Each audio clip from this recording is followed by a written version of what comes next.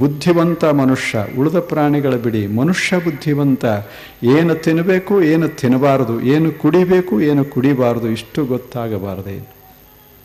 ನಾಳೆ ಕಾಲೇಜ್ಗೆ ಹೋದ ಕೂಡಲೇ ಕಲಿಸ್ತಾರಲ್ಲಿ. ಏನು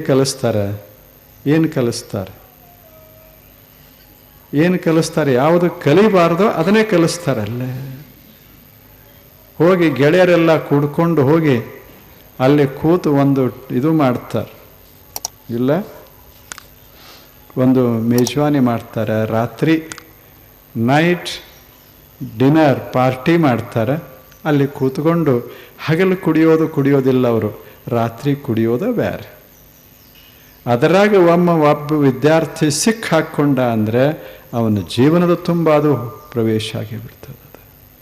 ಅದಕ್ಕೆ ಇದೇ ವಯಸ್ಸ ನಾವು ಬಹಳ ಜಾಗೃತವಾಗಿರಬೇಕು. ಯಾವುದೇ ಕೆಟ್ಟ